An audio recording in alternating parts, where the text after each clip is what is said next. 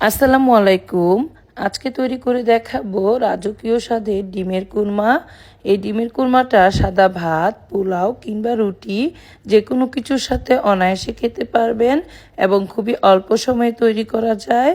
ডিমের কুরমা রান্না করার জন্য এখানে আমি ডিম সিদ্ধ করে নিয়েছি। ডিমগুলোকে আমি চাকুর সাহায্যে এভাবে কেটে দিচ্ছি, তাহলে মশলাটা খুব সুন্দরভাবে ঢুকবে। প্রথমে আমি চুলায় একটি প্যান বসিয়ে 2 টেবিল চামচ তেল ও 1 চা চামচ ঘি দিয়ে দিয়েছি। এখন ডিমগুলোকে শুধু লবণ দিয়ে ভেজে নিচ্ছি।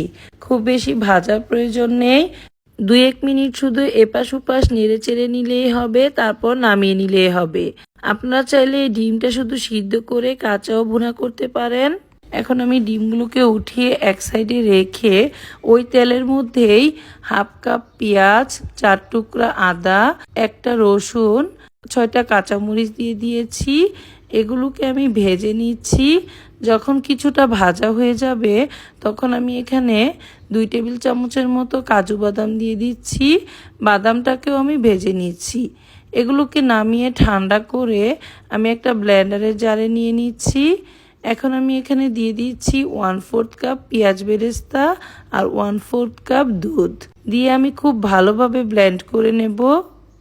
এখন চুলায় ওই প্যান বসিয়েই দিয়ে দিয়েছি 1/4 কাপ তেল আর ব্লেন্ডারে যে মশলাটা ব্লেন্ড করে রেখেছিলাম সেটা দিয়ে দিয়েছি।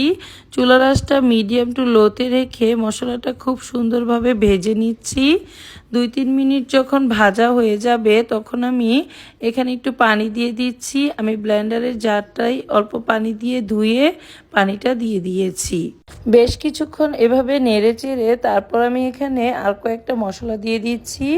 এখানে আমি 1/2 চা চামচ ধনিয়া গুঁড়া, 1/2 চা চামচ জিরা গুঁড়া, 1/2 চা চামচ গোলমরিচের গুঁড়া আর 1/2 চা চামচ গরম মশলার গুঁড়া এগুলো দিয়ে আবার ভালোভাবে নেড়ে চেড়ে নিচ্ছি। এখন আমি এখানে টক দই দিয়ে দিচ্ছি 2 টেবিল চামচ। টক দইটা আমি ভালোভাবে ফেটিয়ে নিয়েছি। টক দইটা দিয়ে আবার ভালোভাবে মশলার সাথে মিশিয়ে নিচ্ছি। যখন এরকম তেলের উপর উঠে মশলাটা একদম কষানো হয়ে যাবে তখন আমি এখানে দুধ দিয়ে দিচ্ছি। দুধটা দিয়ে মশলার সাথে খুব ভালোভাবে নেড়েচেড়ে মিশিয়ে আমি ভেজে রাখা ডিমগুলো দিয়ে দিচ্ছি। এখন চুলার আঁচটা হাই ফ্লেমে রেখে কিছুক্ষণ রান্না করে নেব। এখানে আমি কয়েকটা কাঁচামরিচ দিয়ে দিয়েছি। যখন প্রায় হয়ে আসবে তখন আমি এখানে 1 টেবিল চামচ ঘি দিয়ে দেব আর উপরে পেঁয়াজ বেরেস্তা দিয়ে চুলাটা বন্ধ করে দেব। আশা করি আজকের এই রাজকীয় স্বাদের ডিমের কুরমার রেসিপিটি আপনাদের সবার খুব ভালো লেগেছে। ভালো লাগলে লাইক, কমেন্ট ও শেয়ার করতে ভুলবেন না। আরও একটি নতুন রেসিপি দেখার আমন্ত্রণ জানিয়ে আজকের মতো এখানেই শেষ করছি। আল্লাহ হাফেজ।